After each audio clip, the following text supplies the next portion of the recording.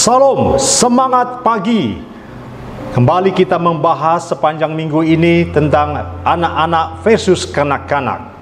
Judul pada hari ini bicara tentang proses menjadi dewasa, diambil dari kitab 1 Korintus 3 ayat 2. Demikian firman Tuhan.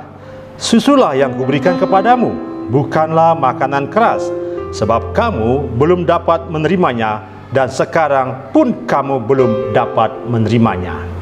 Paulus menegur jemaat Korintus, bagaimana jemaat Korintus terus berselisih paham, sehingga terjadilah pemahaman yang salah tentang karakter menjadi anak-anak Tuhan. Bapak Ibu, setiap kita pasti punya masalah.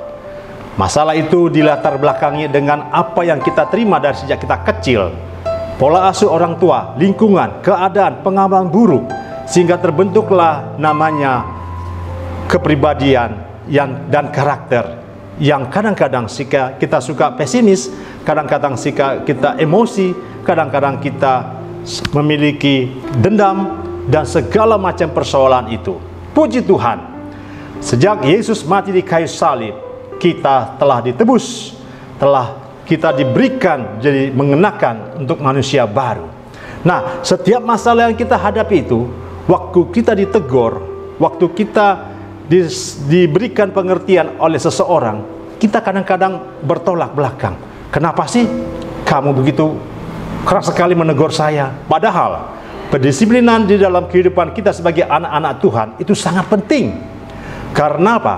Karena waktu itu kita ditegur oleh seseorang atau pemimpin rohani kita, dan kita terus berjuang untuk melakukannya, karena keinginan daging ini ingin terus melawan. Tapi karena firman Tuhan, karena kita mau dibentuk oleh firman Tuhan, maka sebaiknya kita harus bertanya, terima kasih untuk tegurannya, aku mau terus diubahkan.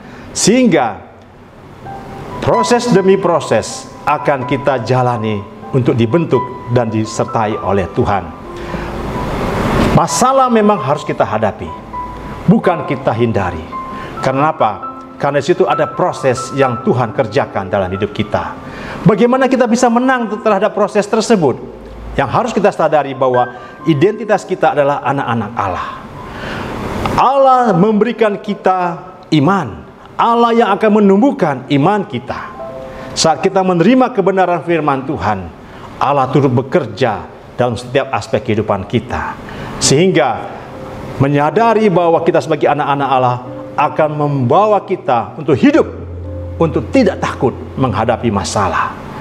Setiap bangun pagi, kita jangan berkata, Tuhan, aku ini manusia yang berdosa, memang aku gagal. Tapi puji Tuhan, Tuhan sudah mati bagi kita. Sebaiknya kita berkata, terima kasih Tuhan, dosaku telah diampuni. Terima kasih Tuhan, Engkau hadir dalam kehidupanku. Terima kasih Tuhan untuk proses ini yang aku hadapi. Karena proses untuk menjadi dewasa itu, kita harus memiliki namanya kerendahan hati, kelemah lembutan di proses. Saat kita mau diajar oleh Tuhan memiliki kerendahan hati, kelemah lembutan, maka proses itu akan maksimal. Kenapa? Karena ada Immanuel yang akan menyertai kita. Belajar untuk latihan rohani itu membutuhkan keseriusan.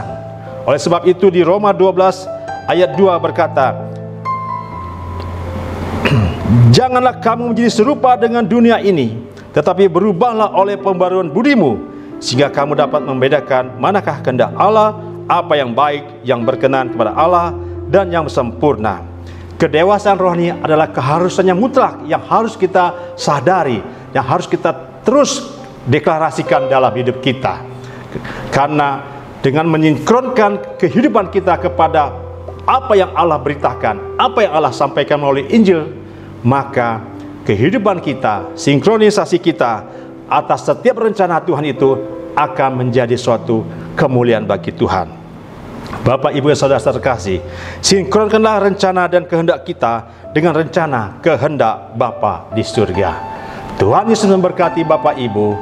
Kita dibentuk, diproses untuk menjadi dewasa sebagai bukti bahwa kita mengasihi Tuhan, kita taat, kesetiaan kita dalam menghadapi kehidupan ini. Tuhan Yesus memberkati.